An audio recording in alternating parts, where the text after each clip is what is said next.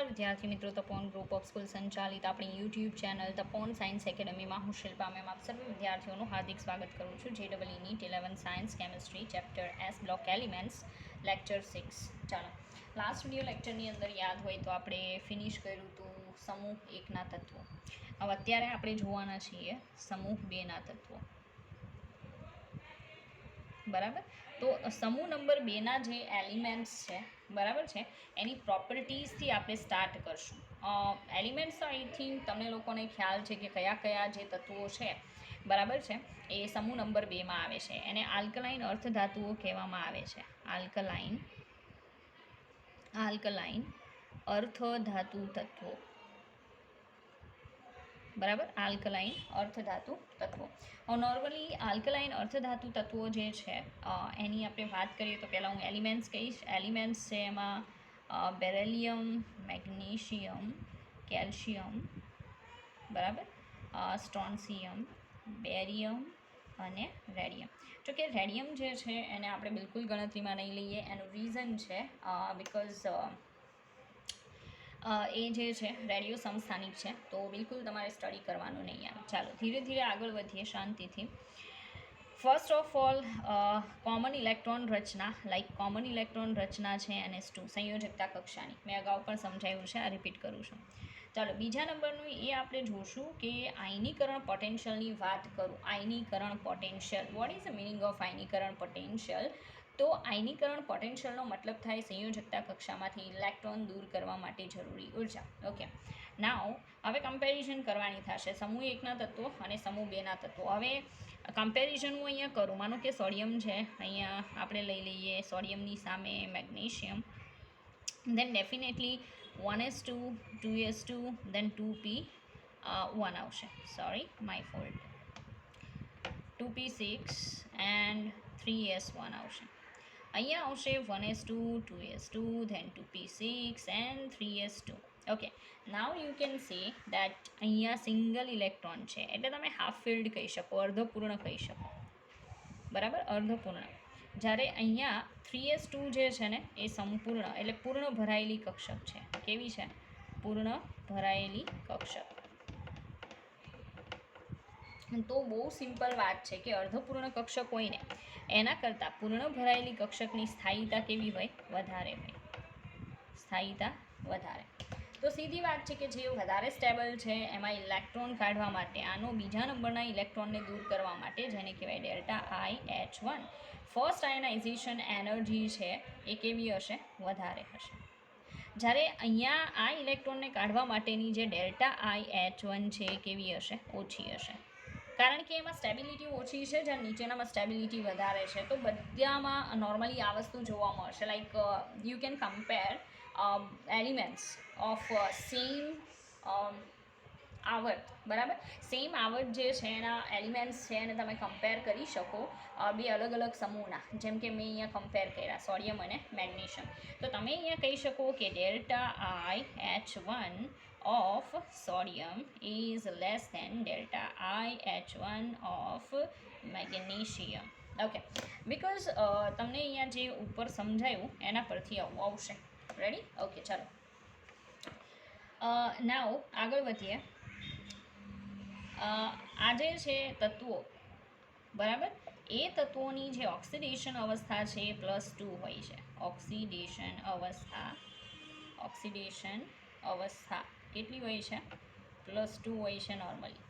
આ વસ્તુ ક્યારેય ભૂલવાની મેગ્નેશિયમ છે Mg2+ હોય, Cl-1. તો મેં સમજાયું ને, આનો બગડો આની નીચે જાય તો જે સંયોજન બને એને લખાય MgCl2. બરાબર, તો આ તત્વો છે એ +2 ઓક્સિડેશન અવસ્થા ધરાવતા સંયોજનો મેક્સિમમ ફોર્મ કરે છે. તો એની +2 ઓક્સિડેશન અવસ્થા જે છે એ સૌથી વધારે સ્થાયી છે.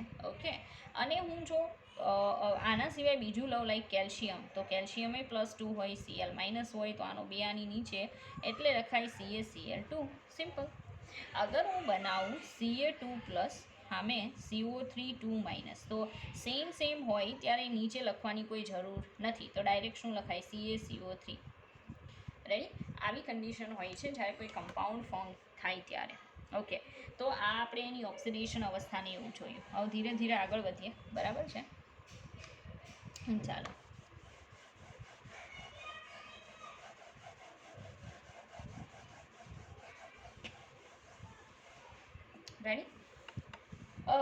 હવે આપણે જોશું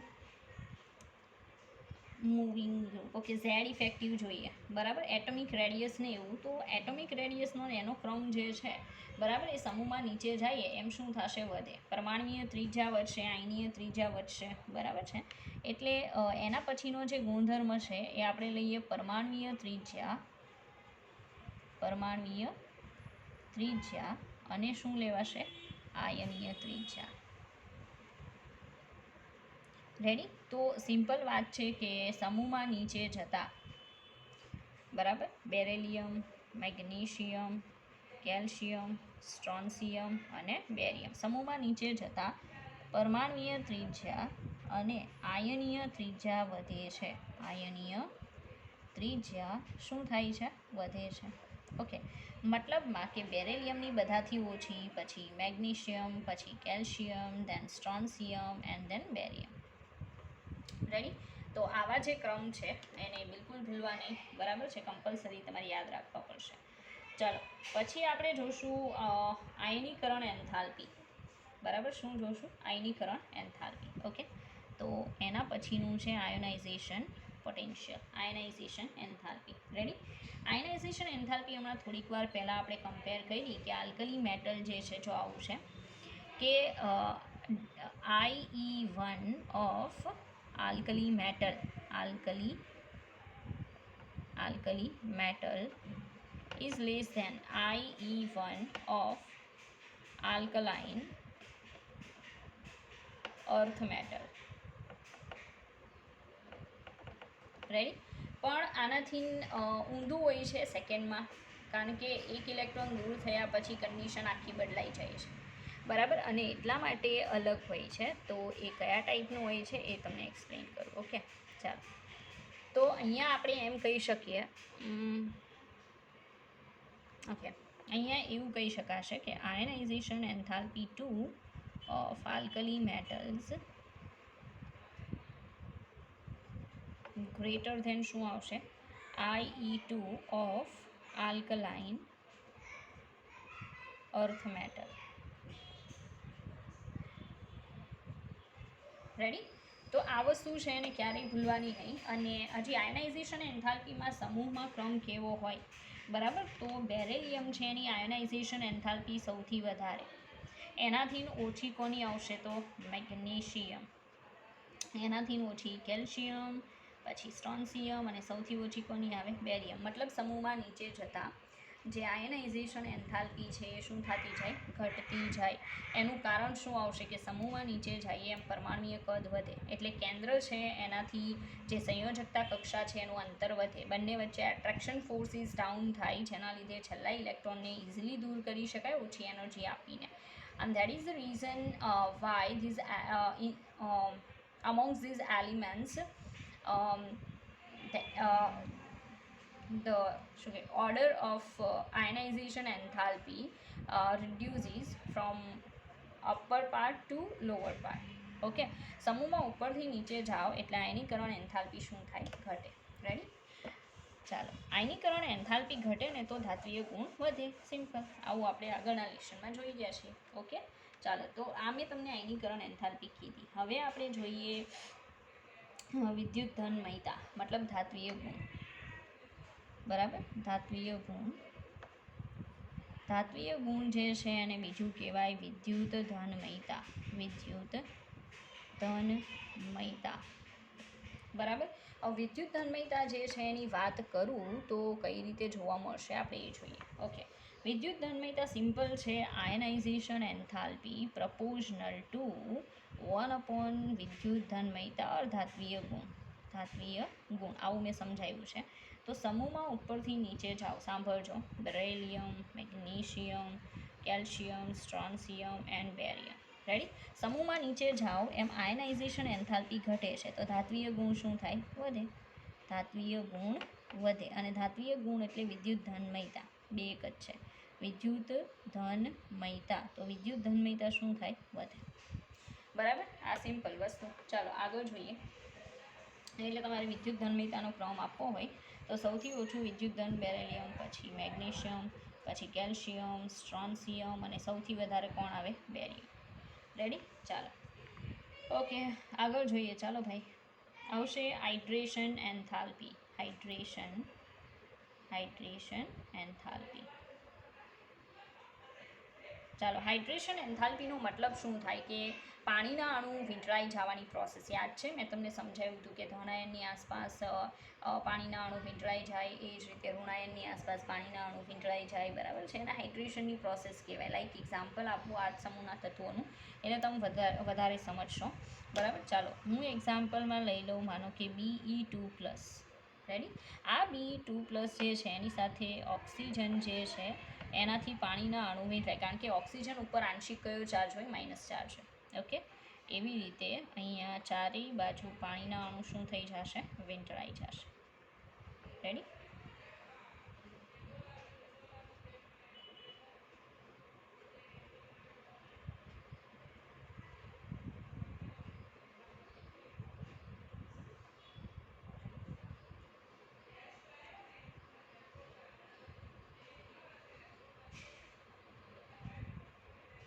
બરાબર. તો આ જે પ્રોસેસ છે એ પ્રોસેસમાં અહીંયા આજે છે એ બોન્ડ ફોર્મ થાય છે, બરાબર. ત્યારે ઉર્જા ઉત્પન્ન થાય. અને આ જે ઉર્જા ઉત્પન્ન થાય ને એને કહેવાય હાઇડ્રેશન ઉર્જા. શું કહેવાય? હાઇડ્રેશન ઉર્જા.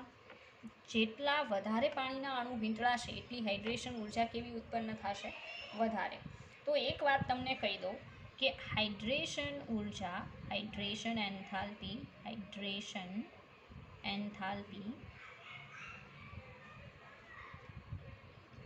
એન્થાલ્પી પ્રપોર્શનલ ટુ 1 આવશે આયનનું કદ, પોઝિટિવ આયનનું કદ. ઓકે, એનો મતલબ સીધો એવો છે કે બેરેલિયમનું કદ સમૂહમાં બધાથી નાનું હોય છે, મતલબ એના આયનનું કદ એ સમૂહમાં બધાથી કેવું હશે?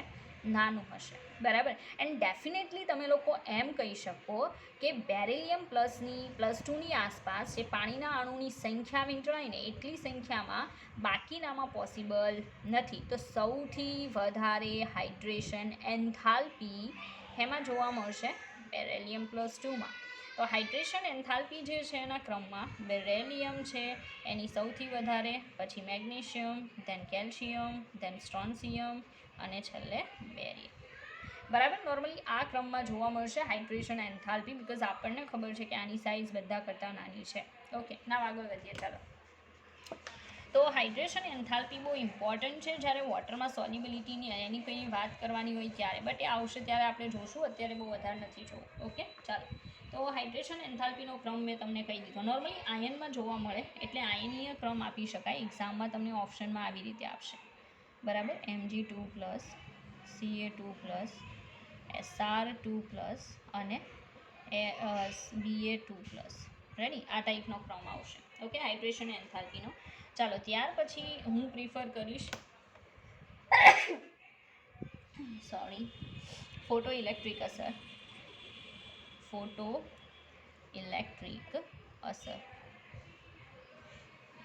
રેડી? હવે જો સાંભળો, ફોટો ઇલેક્ટ્રિક અસર જે છે એનો મતલબ આઈ થિંક તમને લોકોને ખ્યાલ છે કે ચોક્કસ તીવ્રતાવાળા એન્ડ ચોક્કસ ફ્રિક્વન્સીવાળા જે એને શું કહેવાય કે તરંગ લંબાઈના વિકિરણો છે એને મેટલની સરફેસ ઉપર, certain metals, okay, all metals નહીં, ચોક્કસ મેટલની સપાટી ઉપર આપાત કરો ત્યારે એની સપાટીમાંથી ઇલેક્ટ્રોનનું શું થાય? ઉત્સર્જન થાય. અને આ જે પ્રોસેસ છે એને ફોટો ઇલેક્ટ્રિક અસર કહેવાય કે ફોટોન આપાત કરો છો ત્યારે એમાંથી ઇલેક્ટ્રોન પ્રોડ્યુસ થાય છે, એટલે એનું નામ એવું છે. Normally electronegativity are also small but the higher than the, okay, electronegativity decreases from beryllium to barium. ઓકે, મતલબ આ સમૂહ જે છે, બરાબર છે, એના કોઈ એલિમેન્ટ જે છે, બરાબર, એ ફોટો ઇલેક્ટ્રિક સેલમાં ક્યાંય યુઝ થતા નથી, બરાબર છે. તો એમ કહી શકાય કે there is no any use in photoelectric cell, બરાબર. હવે મોટા કદવાળા યુઝ થઈ શકે પણ નથી યુઝ થતા, બરાબર. એટલે આ નહીં થાય, આલ્કલી મેટલ જ ખાલી યુઝ થાય છે, એટલે ફોટો ઇલેક્ટ્રિક સેલમાં નહીં આવે. ફોટો ઇલેક્ટ્રિક સેલમાં બહુ મતલબ પોપ્યુલર નથી, બરાબર. ફોટો ઇલેક્ટ્રિક કોષમાં નથી વપરાતા. રેડી? આમાં આટલું જ યાદ રાખવાનું, કારણ કે એમાં મોટી સાઇઝ જોઈએ. આલ્કલી મેટલ્સની સાઇઝ કરતાં તો આલ્કલાઇનની લો હોવાની, નાની હોવાની, એટલા માટે એનો યુઝ નહીં થાય. ઓકે, ચાલો પછી જોઈએ વિદ્યુત ઋણતા. વિદ્યુત ઋણતા મેં કીધું તું યાદ રાખવું પડશે.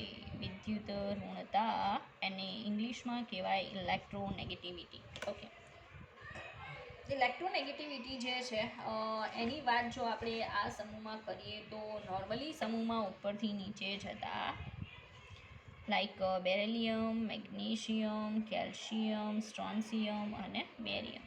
સમૂહમાં નીચે જતા ઇલેક્ટ્રોનેગેટિવિટી શું થાય? ઘટે. બરાબર, બસ આટલું જ યાદ રાખવાનું છે, આનાથી વિશેષ આમાં કાંઈ નથી.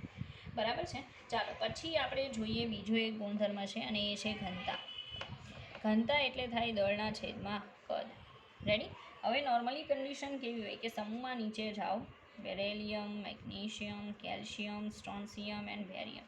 સમૂહમાં નીચે જાવ એટલે પરમાણ્વીય દળ શું થાય? વધે. પરમાણ્વીય કદ શું થાય? વધે. તો ઘણાને એમ થાય કે આ અચળ, ઇટ્સ નોટ પોસિબલ. બિકોઝ આપણે આ બંને વસ્તુ જો લેતા જ હોઈએ તો બંનેની કમ્પેરિઝન કરો કે આમાંથી વધારે કોણ વધે, એન્ડ ડેફિનેટલી તમને જવાબ મળશે કે પરમાણ્વીય દળ વધારે વધે. અને એવા કારણોસર સમૂહમાં નીચે જતાં હંમેશા ઘનતા શું થાય? વધે. કોઈ પણ સમૂહ માટે લઈ લો, સેમ કન્ડિશન જોવા મળશે. જે રીઝન અહીંયા સમજાયું, રીઝન બધે પણ એપ્લાય થશે. એટલે તમને કીધું એમ કે સિમ્પલ છે. ઓકે, ચાલો તો આ આપણે ઘનતા જોઈ આલ્કલી મેટલ્સ માટે. આગળ વધીએ આલ્કલાઇન અર્થ મેટલ્સ માટે, સોરી. ચાલો હવે હેવીયર ધેન આલ્કલી મેટલ. સો હા, આલ્કલી મેટલ સાથે કમ્પેર કરીએ. ઓકે, મતલબ કમ્પેરિઝન કરીએ આલ્કલી મેટલ સાથે તો નોર્મલી આલ્કલી મેટલ્સ જે છે એના કરતાં હેવીયર હોય છે. મતલબ આલ્કલી ધાતુની ઘનતા, આલ્કલી ધાતુઓની ઘનતા is less than આલ્કલાઇન અર્થ ધાતુઓની ઘનતા.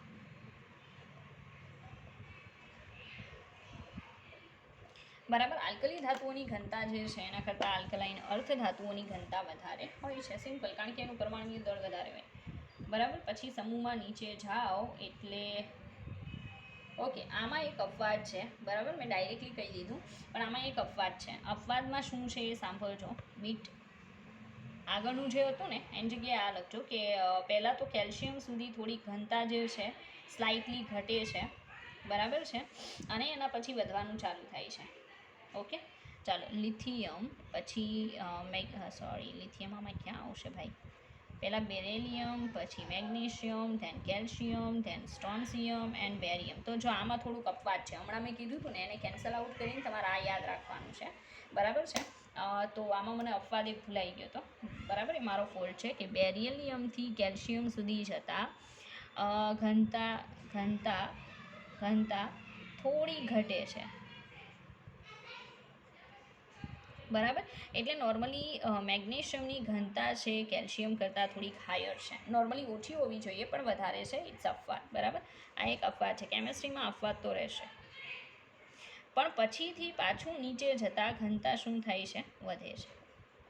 બરાબર, તો આ એક વસ્તુને થોડુંક યાદ રાખજો. Ready? Density of magnesium is greater than calcium. એ તો મેં તમને અપવાદ જે પણ હતો એ સમજાવી દીધો. નોર્મલી પ્રાઇઝીસ આપણી પાસે હોય તો હું તમને પ્રોપર ક્રમ કહી દઉં. બરાબર છે, એના માટે મને બધાની પ્રાઇસ જોશે તો ચેક કરું છું, પ્રાઇસ ઇન કેસ મારી પાસે હોય તો. બરાબર, હા છે. ચાલો તો એમાં હું ઘનતાની પ્રાઇસ પહેલાં જોઈ લઉં. ઓકે, ડેન્સિટી સાંભળજો. બેરેલિયમ જે છે એ બેરેલિયમની ડેન્સિટી છે 1.84, ધેન મેગ્નેશિયમની છે 1.74, કેલ્શિયમની ડેન્સિટી છે 1.55, ત્યાર પછી છે સ્ટ્રોન્સિયમ 2.63 એન્ડ બેરિયમની ઘનતા છે 3.59, માય ફોલ્ટ, 3.59. હજી પણ વધે છે રેડિયમમાં. રેડિયમની ઘનતા મેક્સ છે 5.5. રેડી? તો તમે જોઈ શકો કે અહીંયા સુધી જતાં ઘનતા સ્લાઇટલી ઘટે છે, સ્લાઇટલી રિડ્યુસ. ઓકે, પણ પાછું નીચે જતાં ઘનતા શું થાય છે? વધે છે. એટલે ક્રમ આપવો હોય ને તો આવો આવ્યો. સૌથી ઓછી ઘનતા કેલ્શિયમ, એનાથી વધારે ઘનતા મેગ્નેશિયમ, એનથી થોડીક વધારે બેરેલિયમ, ચાલો એનથી વધારે સ્ટ્રોન્સિયમ, એનથી વધારે બેરિયમ, સૌથી વધારે રેડિયમ. ઓકે, રેડિયમને શામિલ નહીં કરો તો પણ કોઈ પ્રોબ્લેમ નથી, બિકોઝ આપણે એનું સ્ટડી કરતા નથી. ઓકે, ચાલો તો બસ આ એક વસ્તુ જોવાની હતી, ઘનતા જે છે એ. બરાબર, આગળ વધીએ, બીજા જે ગુણધર્મો છે એના ઉપર ફોકસ કરીએ. ક્યારેક અપવાદ મને પણ યાદ ના હોય, બરાબર છે, જરૂરી નથી કે બધી વસ્તુ જ ખબર યાદ હોય, બરાબર, આમાં ખબર નહીં તો કંઈ વાત નથી, પણ નોર્મલી યાદ રાખવાનું છે કે આવો એક અપવાદ જોવા મળે છે. ઓકે, ચાલો પછી હવે સખતાઈની વાત કરીએ. બરાબર, ધાતુની સખતાઈ. તો તમે કહી શકો આલ્કલી ધાતુ કરતાં સખત હોય છે,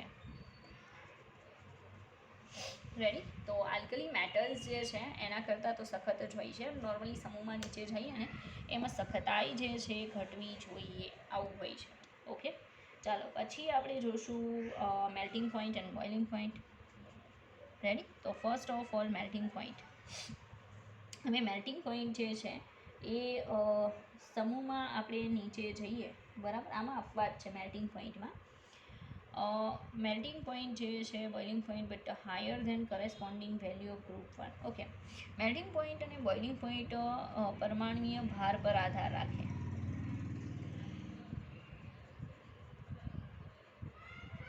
તો મેલ્ટિંગ પોઈન્ટ જે છે એ પ્રપોઝનલ ટુ શું હોય? પરમાણુય ભાર. નોર્મલી પરમાણુ ભાર વધે તો મેલ્ટિંગ પોઈન્ટ વધે, પણ અપવાદ હોઈ શકે, આ કેમેસ્ટ્રી છે. ઓકે, તો નોર્મલી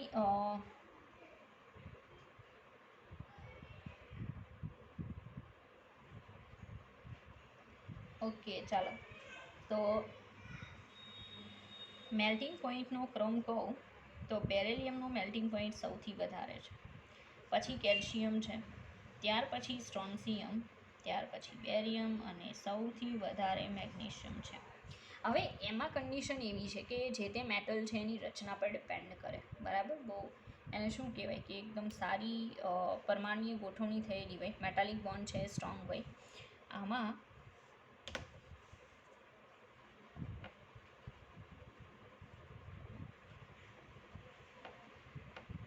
તાત્વિક બોન્ડ છે એ સખત હશે, સોરી એ લાસ્ટ છે, નિર્બળ હશે. અને આમાં ધાત્વિક બોન્ડ બરાબર પ્રબળ હોય છે. તો મેલ્ટિંગ પોઈન્ટ જે છે એમાં બેરેલિયમમાં ધાત્વિક બંધ પ્રબળ હોય છે, જ્યારે મેગ્નેશિયમ છે એમાં સૌથી નિર્બળ હોય છે. ડિપેન્ડ કરે એમાં પરમાણુની ગોઠવણી પર, જેમ કે હમણાં મેં તમને કીધું એમ, બરાબર છે. ચાલો પછી બોઇલિંગ પોઈન્ટ. બોઇલિંગ પોઈન્ટમાં beryllium greater than barium greater than calcium greater than strontium and magnesium. I think same જેવી કન્ડિશન છે, થોડા ચેન્જીસ છે. ઓકે, પણ બસ ડિપેન્ડ કરે છે કે બોન્ડ ફોર્મેશન કયા ટાઈપનું છે ફિઝિકલ સ્ટેટ ચેન્જ થયા પછી, બરાબર. તો અહીંયા તમને અપવાદ જોવા મળશે, ક્રમમાં અનિયમિતતા જોવા મળશે, અહીંયા પણ અપવાદ જોવા મળશે. અને અપવાદનું કારણ આ બોન્ડ જે છે એની પ્રબળ અને નિર્બળ જે એને શું કહેવાય ટેન્ડન્સી છે એના ઉપર છે, બરાબર. ચાલો તો ફરી પાછું બેરેલિયમ છે બોન્ડ પ્રબળ હોય છે, આ મેગ્નેશિયમમાં સાપેક્ષમાં નિર્બળ હોય છે, બરાબર. તો આખા સ્ટ્રક્ચર ઉપર મતલબમાં ડિપેન્ડ કરે છે. ઓકે, તો આ ક્રમને ભૂલશો તો તમે ભૂલાઈ જશો. ક્રમ ભૂલાવવો ન જોઈએ, કારણ કે એકદમ રેન્ડમ ક્રમ છે, બરાબર છે. એટલે તો એ યાદ રાખવું કમ્પલસરી છે. ઓકે, તો આ જે આપણે જોયું ને એ એના કયા ગુણધર્મો હતા? ભૌતિક ગુણધર્મો હતા. રેડી. ચાલો હવે એના રાસાયણિક ગુણધર્મો જોશું, બરાબર. કેવા રાસાયણિક ગુણધર્મો?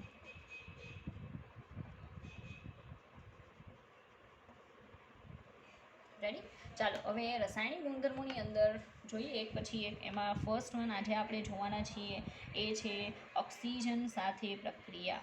કોની સાથે? ઓક્સિજન સાથે પ્રક્રિયા. રેડી. આલ્કલાઇન અર્થ મેટલ છે એની ઓક્સિજન સાથે તમે પ્રોસેસ કરાવો છો તો કયા ટાઈપની પ્રક્રિયા એ આપશે, બરાબર છે, એ આવશે. તો તો નોર્મલી કન્ડિશન કેવી કે બેરેલિયમ અને મેગ્નેશિયમ જે છે એ નોર્મલી ઇનર્ટ હોય છે ઓક્સિજન પ્રત્યે, ઝડપથી કોઈ પ્રોસેસ નહીં આપે, બરાબર છે. ફિલ્મ ઓકે, કન્ડિશન કેવી થાય કે બેરેલિયમ અને મેગ્નેશિયમ જે છે એ થોડાક ઓક્સિજન સાથે પ્રોસેસ કરે, થોડા O2 સાથે સપાટી પર શું બનાવે? ઓક્સાઇડ બનાવે. તો સપાટી ઉપર ઓક્સાઇડનું સ્તર બને, પછીથી એની ઓક્સિજન સાથે પ્રોસેસ થવાની શું થઈ જાય? બંધ થઈ જાય, બરાબર છે. એટલે બહુ સિમ્પલ વાત છે કે પ્રોસેસ નો ડાઉટ પોસિબલ બને, પણ ઓક્સિજન પ્રત્યેની જે ક્ષમતા છે, રિએક્ટિવિટી છે, બરાબર, એ ઓછી છે. એટલે આપણે એમ કહી શકીએ કે બેરેલિયમ અને મેગ્નેશિયમ ઓક્સિજન પ્રત્યે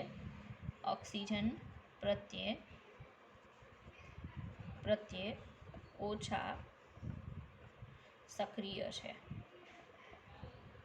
બરાબર છે. એનું રીઝન અહીંયા આપી દીધું કે શરૂઆતમાં થોડીક પ્રોસેસ થશે, એની સપાટી ઉપર ઓક્સાઇડનું પડ બની જાય, પછી પ્રોસેસ થતી શું થઈ જશે? બંધ થઈ જશે, બરાબર છે. તો આ રીઝન હતું. ચાલો, હવે નોર્મલી પ્રોસેસ આપણે બતાવી શકીએ. પાવડર બેરેલિયમ જે છે, બરાબર છે, તો બેરેલિયમ જે છે એનો પાવડર હું લઉં, બરાબર, પાવડર બેરેલિયમ, એની હું O2 એટલે કે હવા સાથે પ્રક્રિયા કરાવું એટ હાયર ટેમ્પરેચરે, કારણ કે કોઈપણનું પાવડર સ્વરૂપ લઈ લો ને ગાંગડા કરતાં, તો એ બહુ ઝડપથી અને સારી પ્રોસેસ આપી શકે, બરાબર છે. તો પ્રોસેસ થઈને બની જશે BeO, બેરેલિયમ ઓક્સાઇડ, બરાબર. આ જે છે એ ઉભયગુણી ઓક્સાઇડ છે. ઉભયગુણી ખબર પડવી જોઈએ, એસિડિક પણ છે અને બેઝિક પણ છે. ચાલો સંતુલન કરાવીએ, તો હું અહીંયા 2 કરી દઉં કે જેથી અહીં 2 લખી શકાય, બરાબર. ચાલો, તો આ એક વસ્તુ ખાસ યાદ રાખજો કે નોર્મલી લોઅર ટેમ્પરેચર તો બેરેલિયમ બિલકુલ ઓક્સિજન છે એની સાથે સીધી કોઈ પ્રોસેસ નહીં આપે, બટ હાયર ટેમ્પરેચરે બેરેલિયમનો પાવડર ઓક્સિજન સાથે બેરેલિયમ ઓક્સાઇડ બનાવે છે. ઓકે, જે તમને શું કહેવાય કે સિમ્પલ પ્રોસેસ છે, જે ખાલી હાયર ટેમ્પરેચરે પોસિબલ બનશે, નોર્મલ કન્ડિશનમાં ઇટ્સ નોટ પોસિબલ. ઓકે, અને બેરેલિયમ ઓક્સાઇડ બને છે જે એમ્ફોટેરિક ઓક્સાઇડ છે, એટલે બહુ પ્રેમથી અને આમ સાચવીને યાદ રાખવું કે બેરેલિયમ ઓક્સાઇડ ઉભયગુણી ઓક્સાઇડ છે. ઓકે, ચાલો હવે જરાક આગળ વધીએ. બેરેલિયમ જે છે એ નાઇટ્રોજન સાથે પણ પ્રોસેસ કરી શકે છે, બટ હાયર ટેમ્પરેચર. ઓકે, તો નાઇટ્રોજન એટલે હવામાં 2 વસ્તુ મેક્સિમમ હોય, એક ઓક્સિજન હોય ને એક શું હોય? નાઇટ્રોજન. તો હાયર ટેમ્પરેચરે નાઇટ્રોજન સાથે પ્રોસેસ કરી અને બનાવી નાખે B3N2. આને કહેવાય બેરેલિયમ નાઇટ્રાઇડ.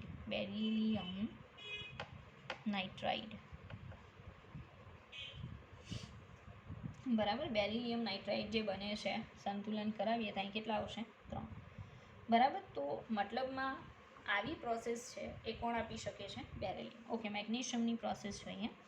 મેગ્નેશિયમ છે એ વધારે વિદ્યુતધન છે, વધારે મેટાલિક છે, બરાબર છે.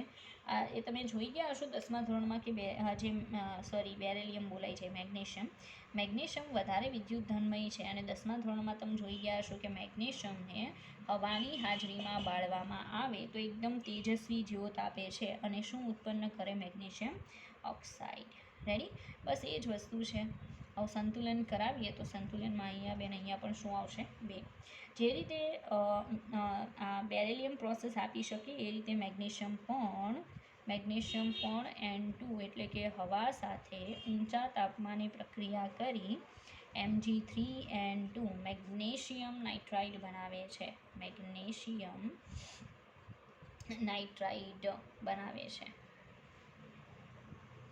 રેડી? મેગ્નેશિયમ નાઇટ્રાઇડ જે છે એ ફોર્મ થશે, અહીં કેટલા આવશે? 3. તો આ કોની સાથે પ્રોસેસ હતી?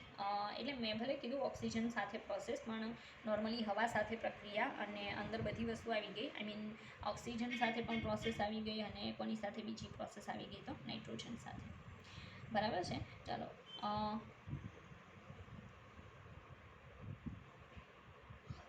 માનો કે આ તત્વો છે પેરોક્સાઇડ બનાવે, સાંભળજો, ઇન કેસ, બરાબર છે, રેર કેસમાં એટલી શક્યતાઓ નથી. તો પેરોક્સાઇડ બનશે ને એ કલરવાળા બનશે, કારણ કે એમાં કેટલીક અશુદ્ધિ હશે જે કલર લાવવામાં ફાળો આપે છે, બરાબર. તો પેરોક્સાઇડ જો હોય તો ડેફિનેટલી એ કલરવાળા બને, બટ એની સ્ટેબિલિટી એટલી બધી નથી, બરાબર છે. આ જે પેરોક્સાઇડ ઇનકેસ બને તો એ ઓછા સ્ટેબલ છે, બરાબર. એટલે આ વસ્તુ ધ્યાનમાં રાખજો કે પેરોક્સાઇડ પહેલાં તો બનવાની શક્યતા ઓછી છે ને ઇનકેસ બને છે તો એ કલરવાળા બનશે. ઓકે, ચાલો પહેલાં તો અહીંયા સુધી આપણે જોશું અને નેક્સ્ટ વિડીયો લેક્ચરમાં આગળ